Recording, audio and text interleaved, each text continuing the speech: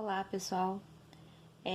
Hoje a gente vai praticar um pouco de passos lógicos, treinando qual seria a conclusão verdadeira que a gente chegaria em cada um desses passos aqui. Relembrando, a gente tem aqui a tabela dos conectivos lógicos, onde a gente tem a tabela da negação, da conjunção, da disjunção, da implicação e da bimplicação, como foi apresentado nos textos iniciais da disciplina. Para entender passos lógicos, para conseguir fazer as conclusões corretamente para usar em demonstrações diretas, a gente precisa sempre estar de olho nessa tabela. Vamos para o exemplo 1. O exemplo 1, você tem a seguinte situação. A primeira premissa é P, a segunda premissa é P implica em Q e R. A gente está vendo que aqui está cumprindo a definição de passo lógico mesmo, tem no máximo aqui 3 variáveis, isso daqui é um passo lógico, eu só quero treinar com vocês qual a conclusão verdadeira que desce para cá, certo? Se isso é um argumento, se isso é um passo lógico, isso significa que é um argumento válido. Se é válido, as premissas são verdadeiras, certo? Se P aqui é verdadeiro, a gente vai ter a seguinte coisa. Nessa implicação, este P é verdadeiro. Para que essa premissa dê verdadeiro, se a gente for olhar na tabela da implicação, para que dê verdadeiro, com o primeiro elemento já sendo verdadeiro, obrigatoriamente, o segundo elemento tem que ser verdadeiro, porque senão cairia nesse caso do verdadeiro implicando no falso. Então, obrigatoriamente, esse parêntese aqui tem que ser verdadeiro. Ou seja, isso que a gente concluiu obrigatoriamente como verdadeiro é o que vai descer para cá. Beleza?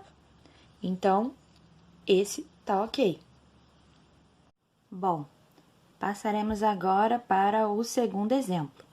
Então, aqui de novo, a gente tem um argumento, um passo lógico.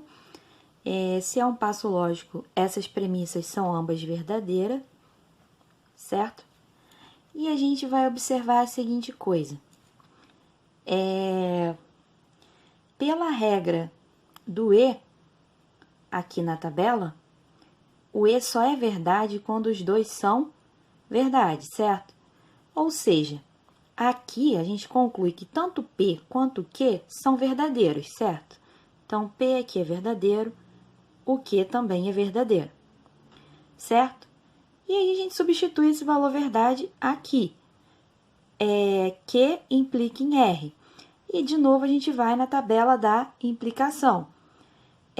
Se o primeiro termo é verdadeiro, para que essa premissa dê verdadeira, o segundo termo também tem que ser verdadeiro para poder acontecer a premissa inteira ser verdadeira.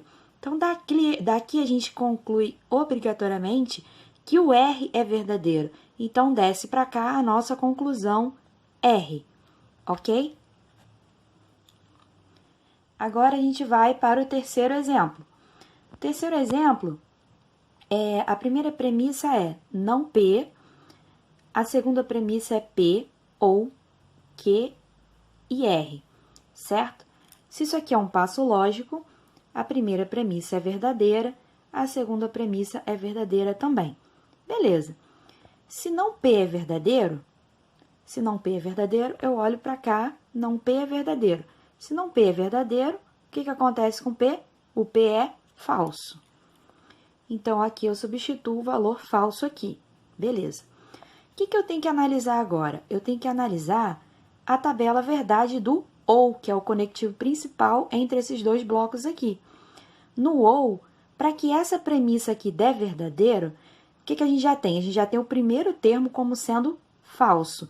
Então, no OU, a gente vai olhar aqui, se um dos termos já é, o primeiro termo já é falso, para que essa premissa dê verdadeira, o segundo termo tem que ser verdadeiro, olha, para poder dar verdadeiro aqui. Se os dois forem falsos, a premissa seria falsa. Então, obrigatoriamente, esse parêntese aqui tem que ser verdadeiro. Então, o que é obrigatoriamente, que a gente concluiu obrigatoriamente como verdadeiro, vai descer para cá. Então, aqui a gente conclui que Q e R são ambos verdadeiros, beleza? Bom, vamos fazer esse exemplo de número 4 aqui. Aqui a primeira premissa, S e Q, a segunda, Q implica em T. Então, a gente aqui, de novo, tem 3 variáveis. Isso aqui é um passo lógico, eu só quero treinar com vocês a conclusão. Então, se são passo lógico, as premissas são verdadeiras. Como em todo argumento, a gente toma como verdade que essas premissas são verdadeiras, certo? Então, se essa primeira premissa aqui é verdadeira, pela regra do E, só é verdade quando os dois são verdade. Então, daqui eu concluo que tanto o S é verdade, quanto o Q é verdade também, certo? Esse valor verdade do Q eu vou descer para cá. Então, pela regra da implicação, se eu tenho aqui o primeiro elemento como verdadeiro, como eu já mostrei nos exemplos acima, o segundo elemento, para que essa premissa dê verdadeira, tem que ser obrigatoriamente verdadeiro. Isso que a gente concluiu como obrigatoriamente verdadeiro vai descer para essa conclusão aqui. Então, concluímos que T é verdadeiro, ok? Agora, observando o exemplo 5, a gente tem aqui de novo 2 premissas, 3 variáveis, e aqui de novo é um passo lógico. O que a gente tem aqui? Se isso é um passo lógico, as 2 premissas são verdadeiras. Aqui, eu só fiz esse exemplo para poder demonstrar que a ordem que aparece aqui não importa muito nessa avaliação. Então, aqui o P, ele é verdadeiro dessa premissa, certo?